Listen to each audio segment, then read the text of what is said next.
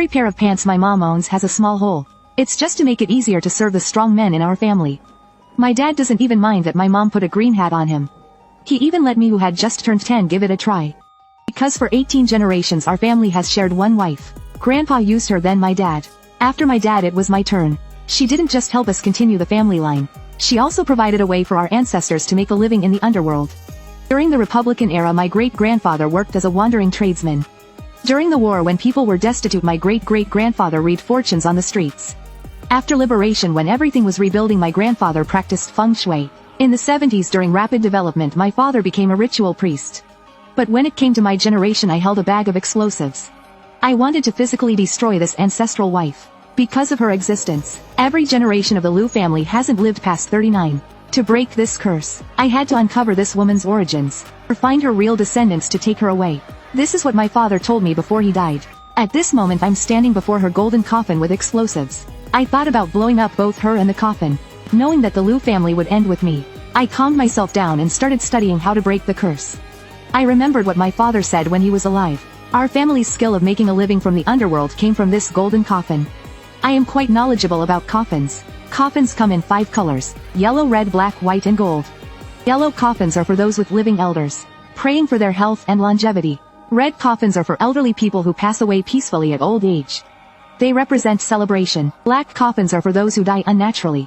They symbolize mourning. White coffins are for unmarried young women or boys who die young.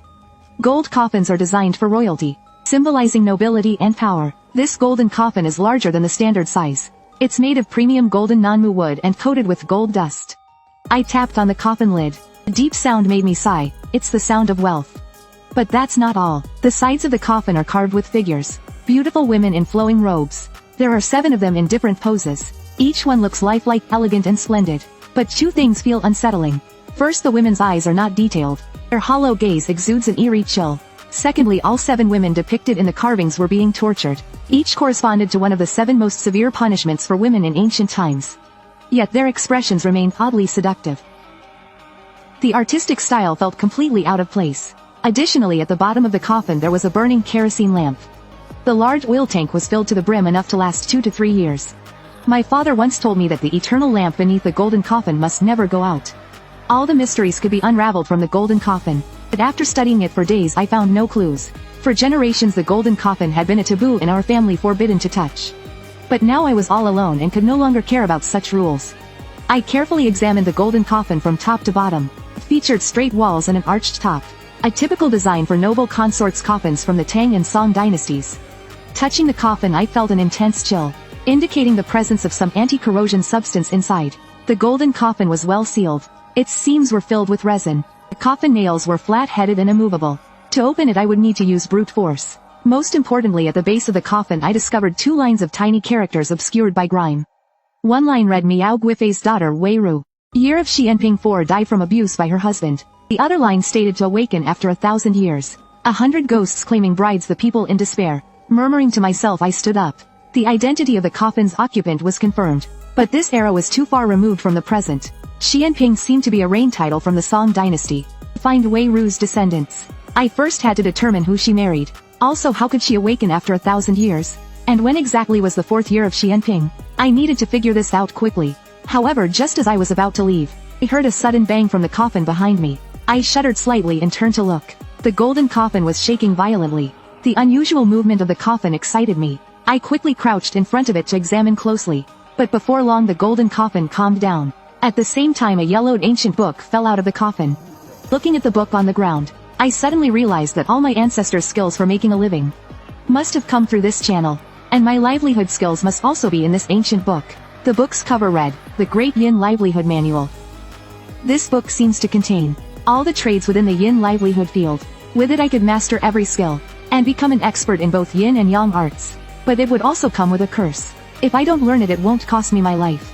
Thinking this I muttered angrily, and left the cellar. But soon after I regretted it. Locking the cellar door I climbed back to my room. I dug out my old middle school history textbook. After some calculations I arrived at the result. The 4th year of Xianping is the year 1000, which means that from then to now it's exactly 1000 years. This means Wei Ru will awaken sometime this year, but I don't know the exact day. Since I know nothing about the yin livelihood trade, the only way to understand might be that ancient book. While eating I kept pondering the matter. The words at the bottom of the coffin didn't seem baseless. If Wei Ru truly awakens one day, it could spell disaster for the living. My ancestors lived off the yin livelihood, but their work also benefited the living world. In my generation I can't tarnish their reputation. To resolve this I must act before Wei Ru awakens. Find her descendants and let them take her away. That ancient book might hold the answers I need. After careful consideration, I decided to go back to the cellar and take a closer look. Just then someone knocked on the courtyard door. At the same time a gentle female voice called out, "Excuse me, is the owner here?" "Who is it?" I responded while running to open the door, thinking it might be a new customer. But the moment I opened the door I froze. Standing outside was a young woman, fashionable and stunningly sexy. Her tight-fitting dress accentuated her perfect curves. She clearly wasn't from around here. But what shocked me wasn't her beauty. It was her facial features. They were identical to the woman carved on the golden coffin. Could she be a descendant of Wei Ru? The girl waved her hand in front of my face, seeing my daze. "Excuse me, are you the owner?" I snapped out of it and quickly nodded. "Yes, are you a descendant of Wei Ru?" "Wei Ru? Are you talking about Princess Wei Ru of the Song Dynasty?" The girl tilted her head, puzzled. "Yes, could you tell me more about her in detail?" Of course, the girl said, walking in uninvited. As she looked around the courtyard at the coffins she began to speak in detail. Wei Ru was the only daughter of Emperor Renzong's favorite consort of the Southern Song Dynasty. She was titled Princess Fukong, and was Emperor Renzong's most beloved daughter. But to repay a debt of gratitude, Emperor Renzong married Wei Ru to Ji Wei, the second son of a great general. Ji Wei was ugly and had violent tendencies. Wei Ru didn't like him at all. To express her displeasure, Wei Ru once escaped from the Ji family estate. This act directly broke the strictest filial piety rules of the Song Dynasty, causing an uproar of criticism. So how did she die in the end? The girl shrugged and continued. Due to public opinion, Emperor Renzong sent Wei Ru back. Returning to the Ji family estate, Wei Ru resisted fiercely, refusing to submit to Ji Wei. 2 months later Emperor Renzong passed away. Wei Ru, only 23 years old, was tortured to death by Ji Wei. It's so tragic. Hearing this story I frowned and wanted to ask more. But the girl pointed at one of the coffins and asked, "How much is this coffin?" She was pointing at a white coffin. White coffins are used to bury unmarried young women or boys who died young. 1,500, 500 as a deposit. Free delivery within 10 kilometers. The remaining payment upon delivery. After quoting the price I added, "But I should remind you, white coffins come with specific traditions." Hearing this the girl smiled and said, "I know, this white coffin is for myself." Hearing this my expression turned heavy. Her meaning was clear. She was the unmarried girl destined to die soon. But she looked perfectly normal and healthy. Still the girl seemed cheerful. She explained that she studied history, and was particularly interested in funeral customs. She knew white coffins were used for young women and boys who died young. Nowadays it's rare to find a ready-made white coffin, and she only had 49 days left. Hearing this I asked, "That precise?" The girl nodded and said, "I was born precisely at midnight on Ghost Festival. A cursed lone star destined to meet death. My 20th birthday marks the calamity I cannot escape." I didn't fully understand what she meant. "I'll take this white coffin," she said while pulling out her wallet, counting out 500 yuan bills and handing them to me, along with a piece of paper. "This is the address. Deliver the coffin to this location at midnight tomorrow." After watching her leave, I pulled out the paper tucked with the money. The name field read Li Yiru. The surname Li matched Wei Ru's husband Li Wei, and her name even carried the same Ru character as Wei Ru. She also looked exactly like the carved beauty on the coffin walls. So many coincidences couldn't just be coincidences. I closed the courtyard door and immediately headed to the cellar. It seemed I had no choice but to accept the yin livelihood offered by Wei Ru. Standing before the golden coffin I didn't hesitate. I picked up the ancient book **, the Great Yin Livelihood Manual. As I suspected, it contained every profession under the yin livelihood system. But upon flipping through it I found that apart from coffin craftsman and celestial master the other professions were blank. It seemed I had misunderstood. I couldn't take on the trades of my ancestors. Only coffin craftsman and celestial master were mine to claim. But since I was already a coffin craftsman, it wouldn't help solve my current problems. So I shifted my focus to the celestial master profession. The words in the ancient book seemed to carry a magical quality. Wherever my eyes landed the characters broke down into simple understandable diagrams, which then quickly imprinted themselves in my mind. Without realizing it I spent the entire day studying. When I opened my eyes again it was already the next night. My head throbbed as if it were splitting apart. But fortunately I had mastered the celestial master's skills. However, the amount of information was overwhelming and would take time to process. To become a proper celestial master I also needed to improve my physical fitness. Luckily the celestial master's manual included a method for body training. I finally understood why my ancestors were able to thrive in these trades. It wasn't their innate talent, it was the golden coffin feeding them opportunities. Of course the price was equally significant. I glanced at the clock, it was already past 10 at night. It was time to deliver the coffin to Li Yiru. After the insights gained from the ancient book, I now had some ideas about Li Yiru's situation. What she called a death calamity didn't necessarily mean a certain death. This extreme yin fate from being born on Ghost Festival could result in either blessings or disasters. And now that I was a beginner celestial master, subduing ghosts and demons fit perfectly with my expertise. At that moment I stood up and the headache vanished mysteriously. My vision also became several times sharper. I immediately realized I had opened my heavenly eye. Just as I was about to leave, the ancient book that had been in my hand suddenly disappeared. Puzzled, I glanced at the golden coffin and made a startling discovery. On the left side of the coffin, the carving of the beauty on the wooden horse punishment now had eyes that were fully detailed and vivid. Curious, I reached out to wipe the eyes. They felt perfectly natural, yet they didn't seem freshly painted. I wiped the adjacent carving of the beauty in the pig cage punishment, but the hollow eyes remained untouched. Could the open eyes of the beauty signify an ominous sign? Muttering to myself, I left the cellar.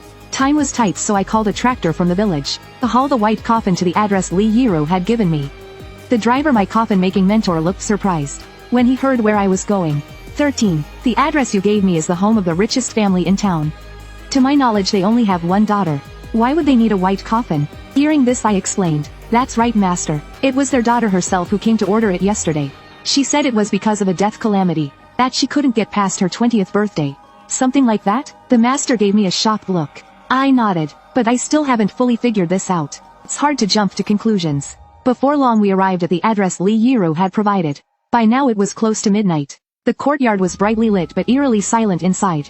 A strange black mist hovered over the rooftop, radiating an inexplicable eeriness. This is yin energy. Something bad is bound to happen tonight. After getting off the tractor, the large golden iron gate slowly opened. Li Yiru, still dressed seductively, appeared at the door. The moment I saw her, I frowned deeply. A faint black mist covered her face. It looked very strange. My master didn't seem to notice anything unusual. He continued smiling as he asked, "Miss Li, should we leave the coffin outside or bring it in?"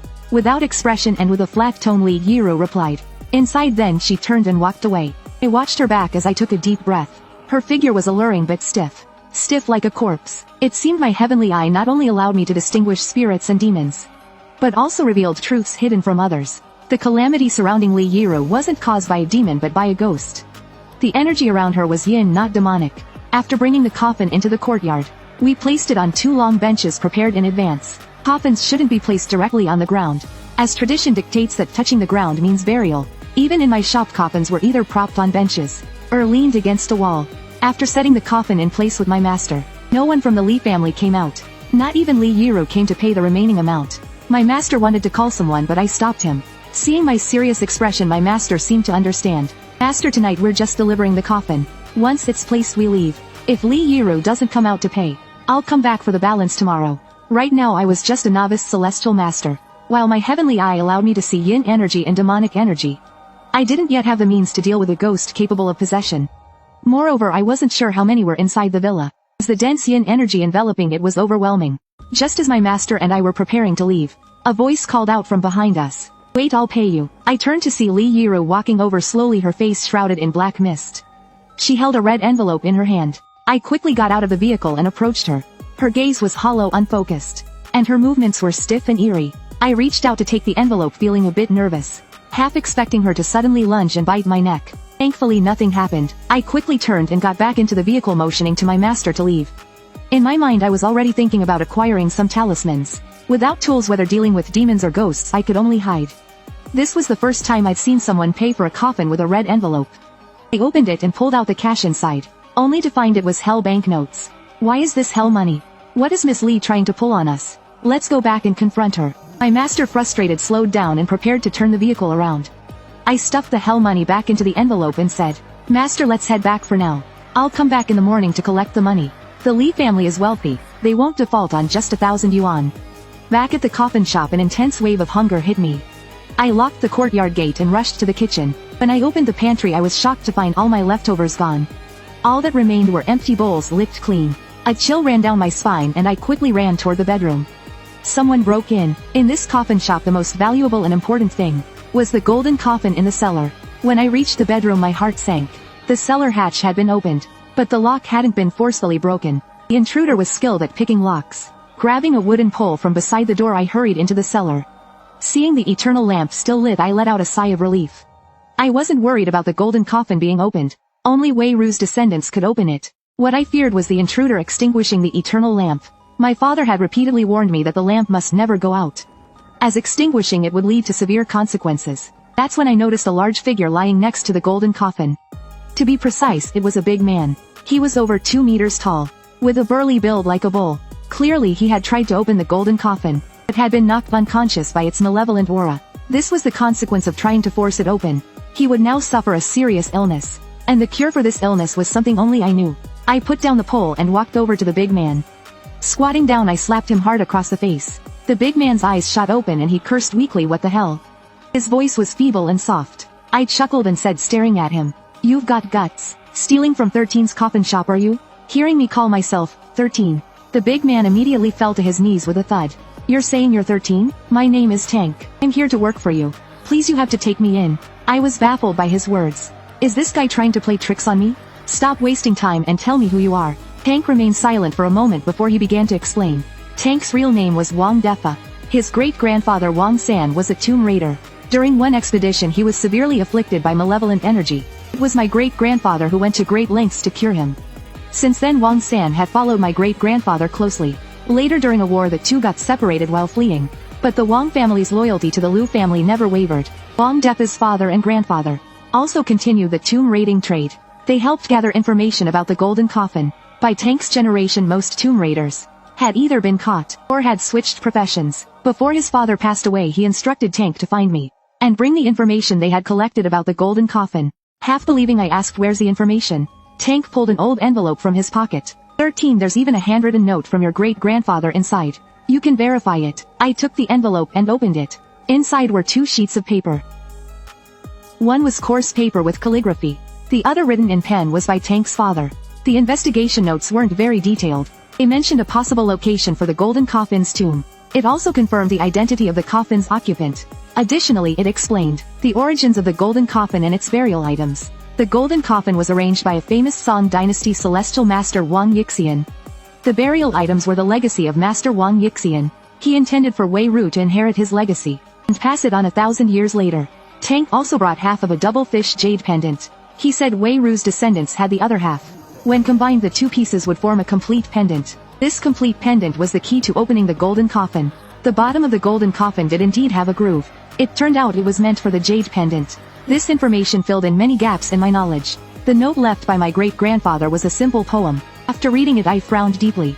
The poem suggested that I should marry the woman in the coffin, live a long life together and have children. I folded the note and put it back in the envelope. Then I reached out to help Tank up. He was here to help me. For someone as inexperienced as I was,